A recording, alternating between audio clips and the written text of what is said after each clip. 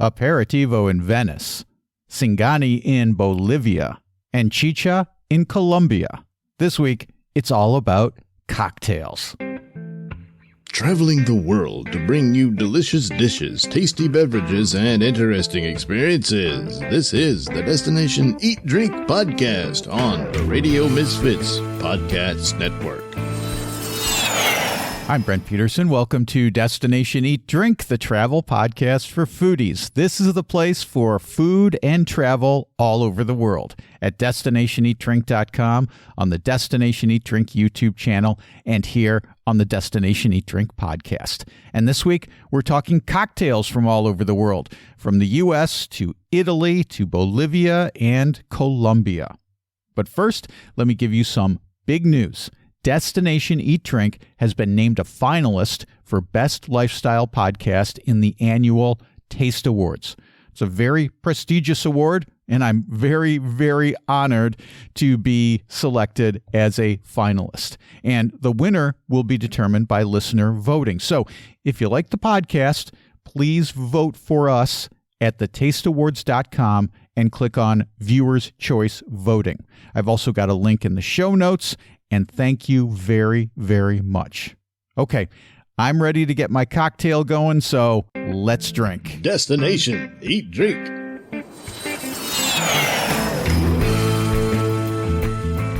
Monica Cesarato is a foodie tour guide and author from Venice, Italy. She's an expert on aperitivo culture and even wrote a book about Baccari, the small bars in Venice where you get little plates called cicchetti and drinks.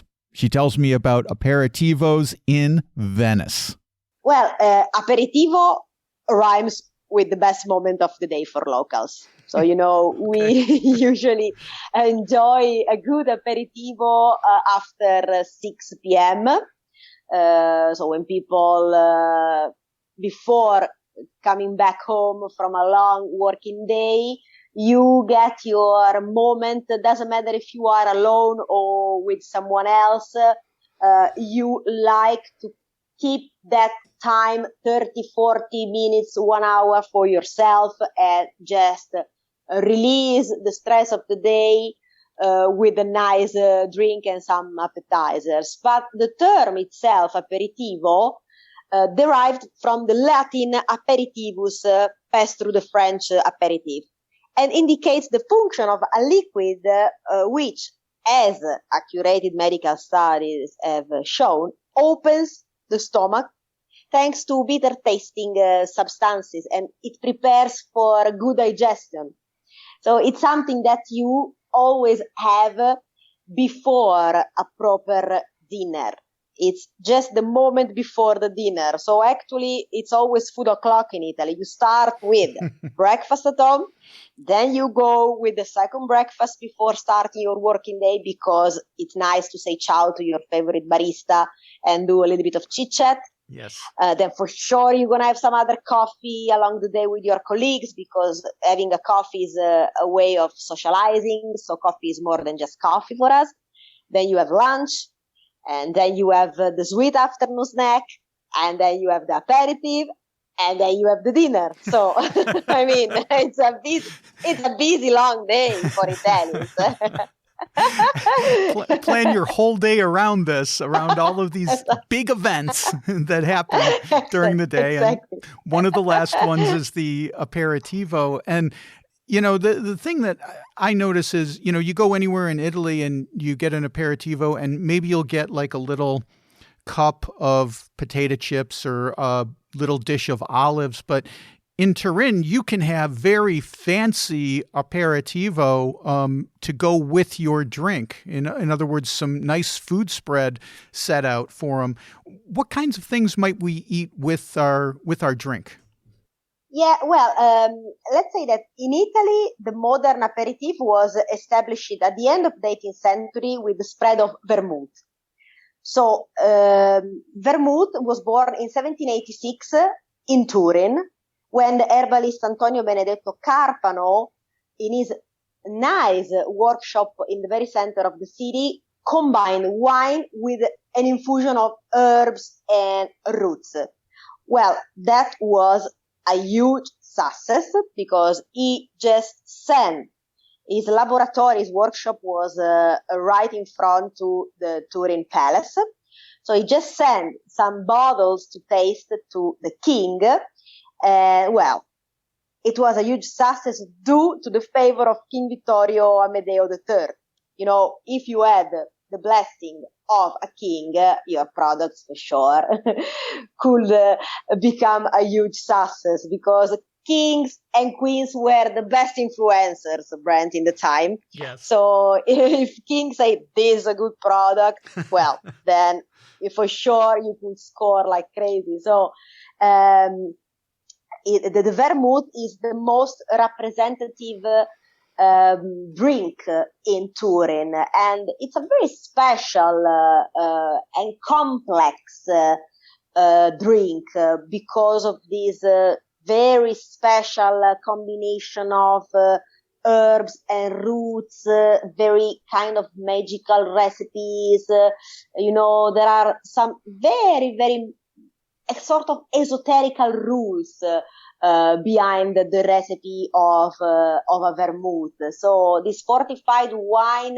can really give you an amazing experience if you are a person who like to taste many ingredients. And with a good vermouth, you can really taste all the spiciness, the sweetness. It's a very complex and you have to be open for a vermouth experience, but it's something that it's very representative of Turin, and it's something that we love to share, especially when we run our Turin wine and dine experience. We start with the special selection of the best vermouth from Turin, for different to red vermouth and to white vermouth from different houses. And along with the vermouth, we in Turin, especially in Turin, we love to not just serving patatine, chips and olives, but so many different type of mini dishes. So if you are really joining a very beautiful, high quality aperitif, then you have some canapé and some delicious mini cold and warm dishes. So it becomes almost itself like a dinner. You almost don't need to have a dinner later, even if we do that, if we have it, but I've done this in Turin. I've had an aperitivo, had the food with the aperitivo, and I was like, I don't think I can have dinner after this. This is going to be it, you know?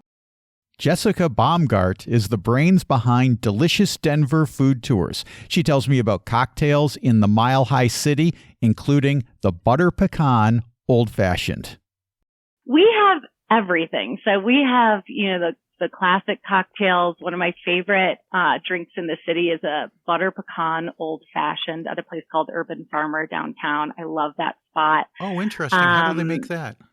It's really interesting. They take Amaro Nonino and they wash it over butter pecan. So they end up having this beautiful byproduct, which is like this boozy pecan that they use in the adult style granola.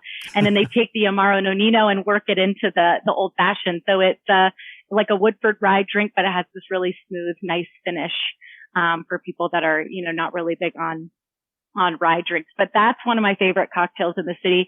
We have a lot of places that, one of my favorite cocktail bars is called Pocalola Social Club, and it's inside the Maven Hotel, which is actually where the cast and crew of Top Chef stayed when they filmed our season, Top Chef Colorado, here across Denver. But Pocalola Social Club is one of those craft cocktail bars that I always sit at the bar and I always go dealer's choice. So I'll always talk with the bartender about what I like, what I don't like.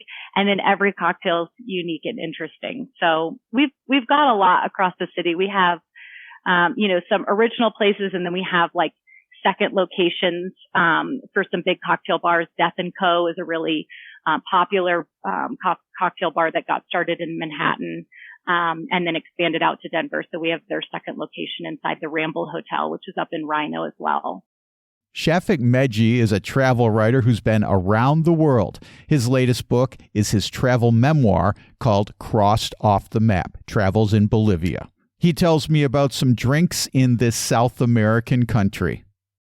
One of the places that really interests me was a place called Oruro. Is that the correct pronunciation? Oruro, yes. Yes, it is. And I'm fascinated by these sort of British outposts around the world, like Gibraltar, where they try to create a little bit of England right there in the middle of Spain, or in certain places in New Zealand as well. When we were there, it's like they're trying to make a little British town. Is Oruro similar to this? And are there British dishes that we can get in the middle of Bolivia?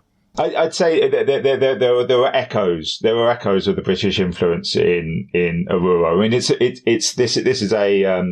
was a tin mining town, so it kind of rode the boom of the 19th century. I think it was called nicknamed the Chicago of Bolivia for a time, and it attracted, it was quite a cosmopolitan place for a long time, and it attracted people from around the world, including a number of British traders, railway engineers, because it's also on the railway line, and you had an awful lot of people who just arrived hoping to strike it rich, from the mineral wealth, and you can still see some of that influence in the town today. There's kind of the old clubs that they would go to that are now faded, but very atmospheric places to visit. Now, I mean, arguably the longest lasting legacy, according to local legend. So there's some dispute about this, but according to local legend, they created the Chuflay, which is really the national drink of Bolivia.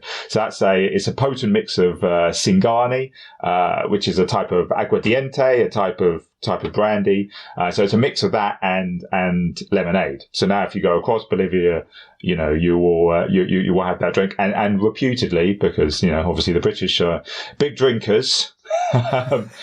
Reputedly, that's one of the longest lasting kind of impacts of this, this few decades where you had a lot of British and other nationalities flocking through this high altitude, quite remote part of Bolivia. This Chuflay drink that I'm not familiar with sounds simple ingredients, easy to make. Would you find this? You said national drink, so it must be available all over Bolivia.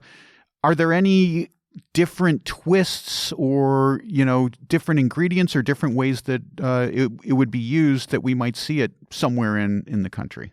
Yeah, I mean, it's Singani, which is the alcohol behind this, the aguardiente behind this. You find this across Bolivia, and actually, it has a lot in common with, if you're familiar with pisco, which is from neighboring Peru.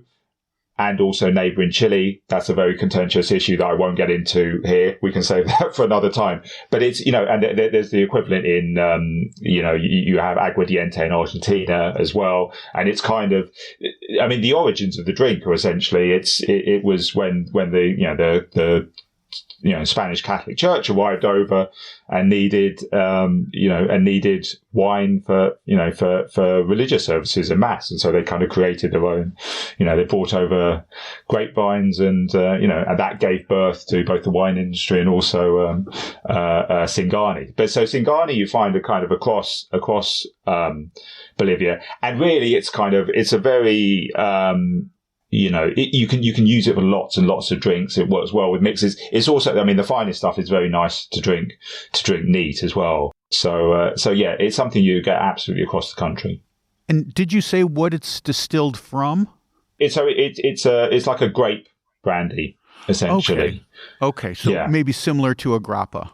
Yes, yeah, absolutely. I mean, lots of countries have their own kind of version of this, but for listeners who haven't come across it, you can get it. You can get it in the States. The film director Steven Soderbergh, I believe, when he was filming, I think one of the Che Guevara films in Bolivia, got a taste for it, and I believe he has his own brand now. But it's very much like pisco, it's very much that's and it works in similar ways. So if you can get your hand on a bottle, experiment a bit with it.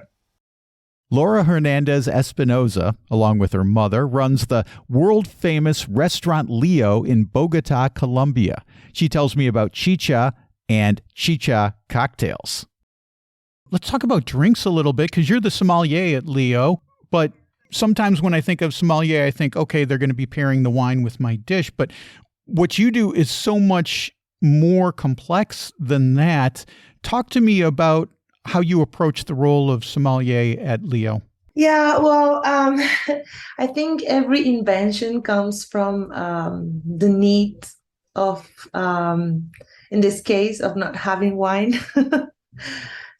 Yeah, Colombia is it's a tropical country, so vitiviniculture is not something that it's in our genes.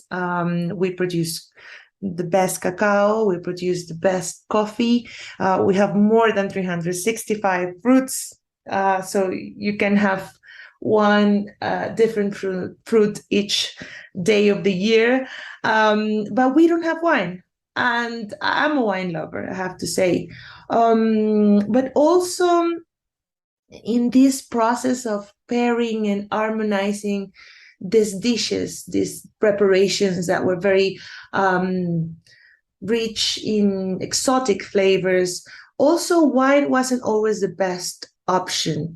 So I started conceiving this co-evolution, this biological traditional pairing between, as Europeans has always been doing, comparing an Albarino with vieiras, with scallops, or a Bourgogne with a coq au vin. It's the same here. So I started to see that there was so much similarity and so much cohesion between and coherence,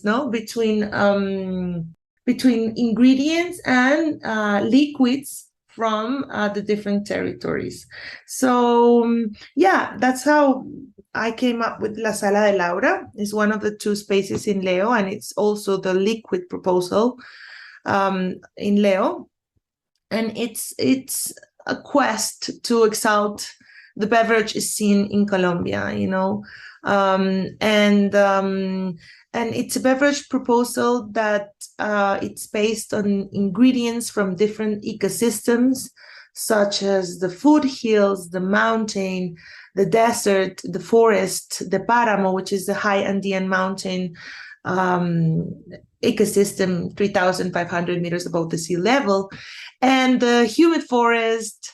I like to give this distillates like it's like how I managed to put in a bottle how I believe territory and ecosystem tastes like.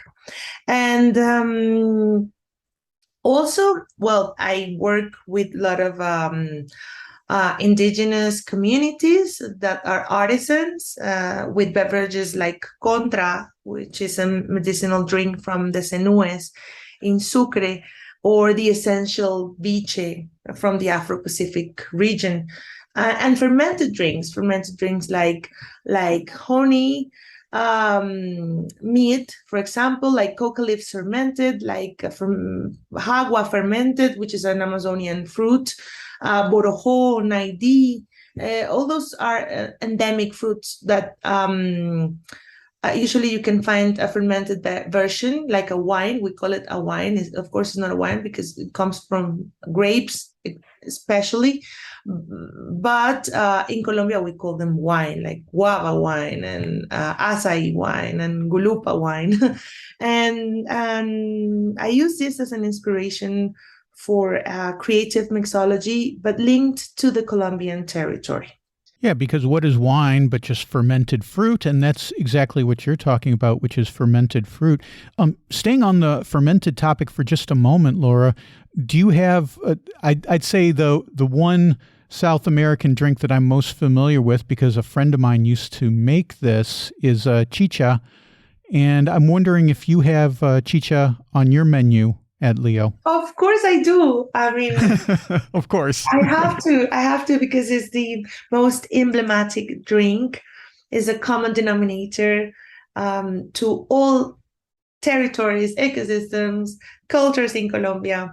And I do pair very rural preparation in the tasting menu at La Sala de Leo, and I pair it with a chicha, with a corn chicha that is not even made in the restaurant. It is a recipe from a lady that's been doing it for 50 years already. So we work together in a slight version, because chicha sometimes is a little bit heavy and dense. So we work in a light version of it, and yes, it's a must.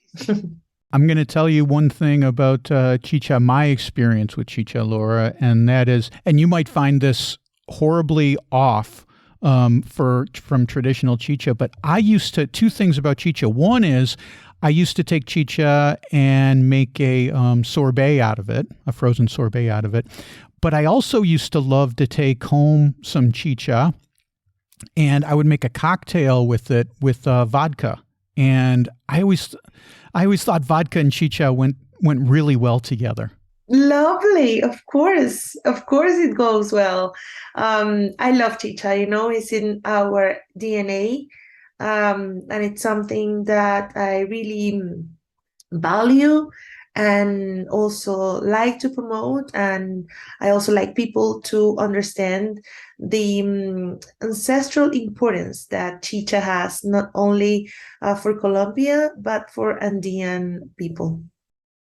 Okay, that's Laura Hernandez Espinoza. What great work she does in Bogota at the restaurant Leo, and her foundation as well. If you haven't heard the full interview with Laura, I have a link in the show notes, along with links to episodes from all my other guests this week.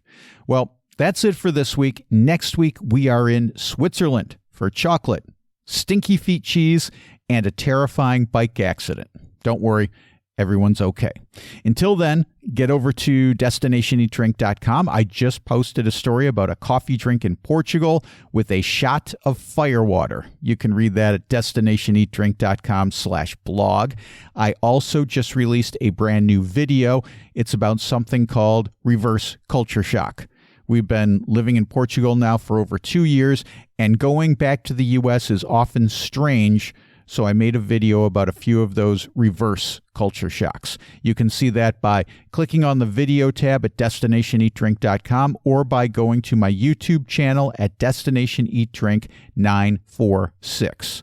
And remember, please vote for Destination Eat Drink in the 15th Annual Taste Awards. You can do that at tasteawards.com or by clicking on the link in the show notes. And thank you very, very much.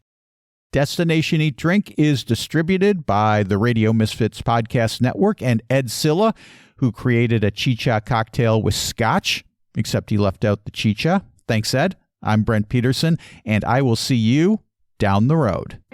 Join us next week for another culinary adventure on Destination Eat Drink, a presentation of the Radio Misfits Podcast Network.